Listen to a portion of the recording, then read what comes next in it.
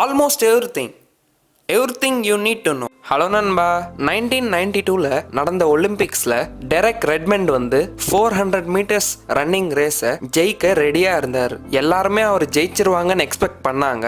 அவரும் இந்த ரேஸை ஜெயிப்போன்னு ரொம்ப கான்ஃபிடென்ட்டாக இருந்தார். ரேஸ் ஸ்டார்ட் ஆகி அவர் கொஞ்சம் தூரம் ஓடினதுக்கு அப்புறமா திடீர்னு அவரோட ஹாம்ஸ்ட்ரிங்கில் ரொம்ப பெயின் இருந்தது. அவரால் ஓட முடியாமல் கீழே அப்படியே உட்காந்துட்டாரு. கொஞ்ச நேரத்துக்கு அப்புறமா அவ்வளோ வழியிலையும் அவர் எந்திரிச்சு ஓட ஆரம்பிச்சாரு. எப்படியாவது இந்த ரேஸை ஃபினிஷ் பண்ணிடணும் அவர் முடிவு பண்ணாரு. அவர் ஓடும்போது வலி தாங்க முடியாம அவரோட கண்ணுல இருந்து கண்ணீரா வெளியே வந்துட்டு இருந்தது. அவர் இந்த மாதிரி வலியில கஷ்டப்பட்டு ஓடும்போது திடீர்னு ஒருத்தர் செக்யூரிட்டி எல்லாம் தாண்டி அவர்கிட்ட வந்தாரு. அவர் வேற யாரும் இல்ல, டெரெக்கோட அப்பா தான். டெரெக்கோட அப்பா அவருக்கு சப்போர்ட் கொடுத்து பினிஷ் லைன் கிட்ட விட்டுட்டாரு. அதுக்கப்புறமா தனியா ஓடி டெரெக் அழுதுகிட்டே பினிஷ் லைனை கிராஸ் பண்ணாரு. இதெல்லாம் நடந்ததுக்கு அப்புறமா அவர் அந்த ரேஸை லாஸ்டா தான் பினிஷ் பண்ணாரு. அவர் லாஸ்டா பினிஷ் பண்ணாலும் அங்க இருந்த ஆடியன்ஸ் எல்லாருமே அவருக்கு ஸ்டாண்டிங் அவேஷன் கொடுத்தாங்க. டெரெக் அந்த ரேஸ்ல தோத்திருந்தாலும் நிறைய பேரோட ஹார்ட்ஸை வின் பண்ணிட்டாரு. அந்த ரேஸ்ல ஃபர்ஸ்ட் வந்தவர் கூட அவ்வளோ ரெஸ்பெக்ட் கிடைச்சிருக்காது. ஏன்னா அங்க அவர் ஒரு ரியல் மேன் மாதிரி பிஹேவ் பண்ணாரு. அவர் ரேஸ்ல தோக்க போறாருன்னு அவருக்கே தெரியும். அப்ப கூட அவர் கிவ் அப் பண்ணாம அந்த ரேஸை கம்ப்ளீட் பண்ணாரு. அந்த விஷயம் தான் அவர் ஒரு ரியல் மேனா மாத்துச்சு. இன்னைக்கு நம்ம 5 பிரின்சிபல்ஸ் பத்தி பார்க்க போறோம். அந்த பிரின்சிபல்ஸை ஃபாலோ பண்ணீங்கன்னா நீங்களும் ஒரு ரியல் மேனா மாறலாம். Principle number 1, be open hearted. நிறைய பேருக்கு அவங்களோட லைஃப்ல நெகட்டிவான விஷயம் நடந்தாலோ இல்ல அவங்க யார்கிட்டயாவது ஏமாந்து போயிட்டாலோ அவங்க க்ளோஸ்ட் ஹார்ட்டடா இருக்கவங்களா மாறிடுவாங்க. அதாவது அவங்களை யாரையாவது ஏமாத்திட்டாங்கன்னா அவங்க திரும்ப ரிலேஷன்ஷிப்ஸ் வச்சுக்க மாட்டாங்க. ஏதாவது ஒரு ஃப்ரெண்டு ஏமாத்திட்டாங்கன்னா புதுசா யார்கிட்டையும் ஃப்ரெண்ட்ஷிப் வச்சுக்கவே பயப்படுவாங்க. அவங்க அந்த பெயினை ஃபீல் பண்ணதுனால இந்த உலகத்துல இருந்து அவங்களே ஐசோலேட் பண்ணிப்பாங்க, அதாவது தனிமைப்படுத்திப்பாங்க. அவங்க திரும்ப இந்த பெயினை ஃபீல் பண்ணக்கூடாதுன்னு இந்த வேர்ல்டை விட்டு அவங்கள செப்பரேட் பண்ணிக்கிறாங்க. ஆனா ஸ்ட்ராங் மேஸ்குலைன் நேச்சரோட இருக்கிறவங்க இந்த மாதிரி பண்ண மாட்டாங்க. அவங்க அந்த பெயினை ஃபீல் பண்ணதுக்கு அப்புறமாவும் ஓப்பன் ஹார்ட்டடா இருப்பாங்க. ஒரு ரியல் மேன் மாதிரி திரும்ப இந்த உலகத்தை ஃபேஸ் பண்ணுவாங்க. இந்த மாதிரி பண்றதுனால அவங்களோட டெஸ்டாஸ்டிரான் லெவல் ஹை ஆகும். அவங்க இன்னும் மேன்லியா மாறுவாங்க. இதனால நீங்களும் இந்த மாதிரி ப்ராப்ளம்ஸை ஃபேஸ் பண்ணீங்கன்னா ஓப்பன் ஹார்ட்டடா இருங்க. Principle number 2, live as your father was dead. இப்போ நீங்க இமேஜின் பண்ணுங்க, ஒரு பையன் இருக்கான், அவனுக்கு ஒரு அம்மா அப்பா இருக்காங்க. அந்த பையனோட அம்மா அப்பா அவன் மேல எவ்வளவு பாசம் காட்டுறாங்கன்னா பையன் ஏதாவது கேட்ட உடனே அவங்க அதை செஞ்சு முடிச்சிடுவாங்க. அந்த பையனுக்கு கேட்டதெல்லாம் வாங்கி தருவாங்க. அவன் கேட்கறதுக்கு அதிகமாகவும் வாங்கி தருவாங்க. அவன் ஏதாவது கேட்டானா அவங்க அப்பா அம்மா கிடையாதுன்னு சொன்னதே இல்லை. இந்த மாதிரி ஒரு கண்டிஷன்ல அந்த பையன் வளர்ந்து பெரியவன் ஆகிறான். அவனுக்கு பணம் தேவைப்பட்டா அவங்க அப்பா கிட்ட இருந்து வாங்கிப்பான். ஏதாவது சின்ன வேலைனா கூட வீட்டில் இருக்கவங்களை செஞ்சு கொடுக்க எக்ஸ்பெக்ட் பண்ணுவான். இதே மாதிரி அவனோட லைஃப் ஃபுல்லா அவனோட ஃபேமிலி மேலேயே டிபெண்ட் ஆகுது. அதே நேரத்தில் இதே மாதிரி இன்னொரு பையன் இருக்கான். அவனோட அப்பா அம்மாவும் அவன் மேல பாசம் காட்டுறாங்க. ஆனா ஃபைனான்சியல் கண்டிஷன் அவ்வளவு நல்லா இல்லாததுனால அந்த பையன் கேட்கறதெல்லாம் அவனுக்கு உடனே கிடைக்காது. இதனால சின்ன வயசுல இருந்தே கேட்ட உடனே எந்த பொருளும் கிடைக்காதுன்னு தெரிஞ்சு அவன் வளர ஆரம்பிச்சான். இந்த மாதிரி ஒரு கண்டிஷன்ல வளர்ந்ததுனால அவனுக்கு என்ன ப்ராப்ளம்னாலும் அவனே ஃபேஸ் பண்ணுவான். அவனோட வேலையெல்லாம் அவனே செய்வான். பணம் ஏதாவது தேவைப்பட்டா அவன் போய் பார்ட் டைம் ஜாப் பண்ணி பணம் சம்பாதிப்பான். இப்ப நீங்களே சொல்லுங்க,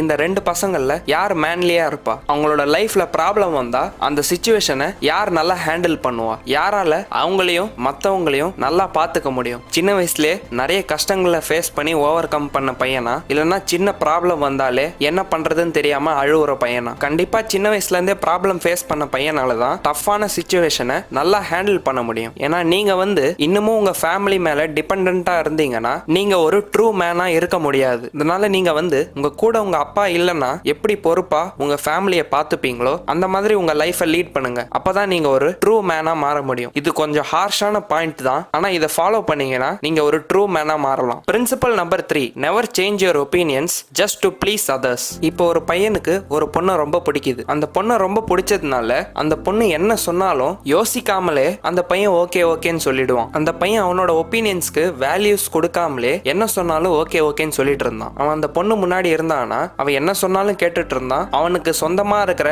நாலேஜ் ஒப்பீனியன்ஸ்க்கெல்லாம் எந்த வேல்யூவும் கொடுக்காம இருந்தான். எக்ஸாம்பிள், அந்த பையன் ஸ்மோக் பண்றது ரொம்ப தப்புன்னு ரொம்ப ஸ்ட்ராங்கா பிலீவ் பண்ணிட்டு இருந்தான். அவன் எல்லா எல்லாரையும் வந்து ஸ்மோக் பண்ணக்கூடாதுன்னு சொல்லுவோம். ஆனா ஒரு நாள் வந்து அந்த பொண்ணு ஸ்மோக் பண்றது அவ்வளோ தப்பு இல்லை, நம்மளாம் ஸ்மோக் பண்ணலாம் அப்படின்னு சொன்ன உடனே ஸ்மோக் பண்றதெல்லாம் தப்புன்னு சொல்லாம ஆமா ஸ்மோக் பண்ணா என்ன தப்பு, நம்மளும் ஸ்மோக் பண்ணலாம் அப்படின்னு சொல்லிட்டான். அவன் ஏன் இந்த மாதிரி பண்றான்னா அவன் அந்த பொண்ணு சொல்றதெல்லாம் கேட்டா அவளுக்கு அவனை பிடிக்கும்னு நினைச்சான். ஆனா உண்மையிலேயே இந்த மாதிரி பண்றவங்கள தான் கேர்ள்ஸ் வந்து அவங்களோட ஃப்ரெண்ட்ஸா வச்சுப்பாங்க. ஏன்னா அந்த பையன் வந்து அவனோட பிலீஃப்ஸ் அண்ட் ஒப்பீனியன்ஸ்க்கு வேல்யூ கொடுக்கல. ஏன்னா அந்த பையன் வந்து அவனோட பிலீஃப்ஸ் அண்ட் ஒப்பீனியன்ஸ்க்கு அவனே வேல்யூ கொடுக்காதப்ப மத்தவங்க எப்படி அவனுக்கு வேல்யூ கொடுப்பாங்க? இதனால நீங்க வந்து மாஸ்குலைன் நேச்சர் இருக்கவங்களா மாறணும்னா நீங்க உங்களோட பிலீஃப்ஸ் அண்ட் ஒப்பீனியன்ஸை ரொம்ப ஸ்ட்ராங்கா நம்பணும், அதுக்கு வேல்யூவும் கொடுக்கணும். ஏன்னா நீங்களே உங்களை மதிச்சாதான் மத்தவங்க உங்களை மதிப்பாங்க. நீங்க உங்களோட ஒப்பீனியன்ஸ் அண்ட் பிலீஃப்ஸை மத்தவங்களை இம்ப்ரெஸ் பண்ணணும்னு மாத்திக்கிட்டீங்கன்னா உங்களை யாரும் வேல்யூ பண்ண மாட்டாங்க. ஆனா அதுக்குன்னு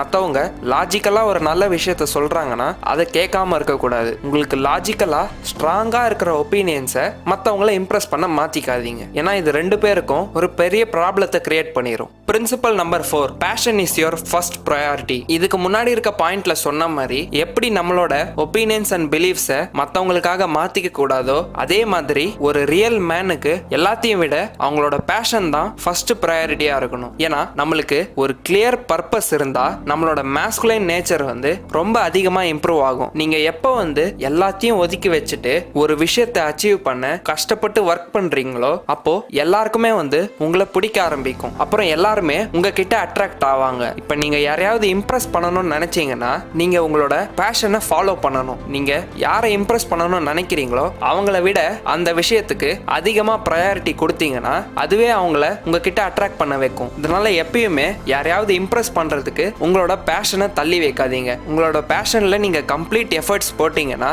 அதுக்கு ஃபர்ஸ்ட் ப்ரையாரிட்டி கொடுத்தீங்கன்னா ஆட்டோமேட்டிக்கா எல்லாரும் உங்ககிட்ட அட்ராக்ட் ஆவாங்க. Principle number 5, don't use your family as an excuse. ரெண்டு பேர் இருந்தாங்க. ஒருத்தர் ரொம்ப பணக்காரரா இருந்தாரு, இன்னொருத்தர் ரொம்ப ஏழையா இருந்தாரு. இப்ப அந்த ஏழையா இருக்கவர்கிட்ட ஏன் நீங்க வந்து இவ்வளவு போரா இருக்கீங்கன்னு கேட்டா நான் வந்து என்னோட சின்ன வயசுல இருந்தே நிறைய ப்ராப்ளம்ஸை ஃபேஸ் பண்ணேன். என்னோட அப்பா வந்து ஒரு குடிகாரரா இருந்தாரு, எங்க அம்மா ஒரு ஹவுஸ் ஒய்ஃபா இருந்தாங்க, எங்க வீட்டுல பணமே இல்லை, இதனால என்னால சரியா படிக்க முடியல, அதனாலதான் நான் இப்படி இருக்கேன் அப்படின்னு சொன்னாரு. அதே கொஸ்டினை அந்த பணக்காரரா இருக்கவர்கிட்ட கேட்கும்போது நான் சின்ன வயசுல இருந்து ரொம்ப ப்ராப்ளத்தை ஃபேஸ் பண்ணேன், எங்க அப்பா ஒரு குடிகாரரா இருந்தாரு, எங்க அம்மா ஒரு ஹவுஸ் ஒய்ஃபா இருந்தாங்க, இதனால எங்க வீட்டுல ரொம்ப ஃபினான்ஷியல் ப்ராப்ளம்ஸ்லாம் இருந்தது, அதனால என்னால படிக்க முடியல. ஆனா நான் சின்ன வயசுல இருந்தே எப்படி பணம் சம்பாதிக்கணும்னு கத்துக்கிட்டேன். நான் எங்க அப்பா மாதிரி இருக்க கூடாதுன்னு நினைச்சேன், அதனால கஷ்டப்பட்டு உழைச்சு இன்னைக்கு இந்த நிலைமையில இருக்கேன்னு சொன்னாரு. நிறைய பேர் வந்து அவங்க சக்சஸ்ஃபுல்லா ஆகாததுக்கு காரணம் வந்து அவங்களோட ஃபேமிலி இல்ல எனக்கு லக்கே இல்ல இந்த மாதிரி நிறைய ரீசன் சொல்லுவாங்க. ஆனா ஒரு ரியல் மாஸ்குலைன் மேன் வந்து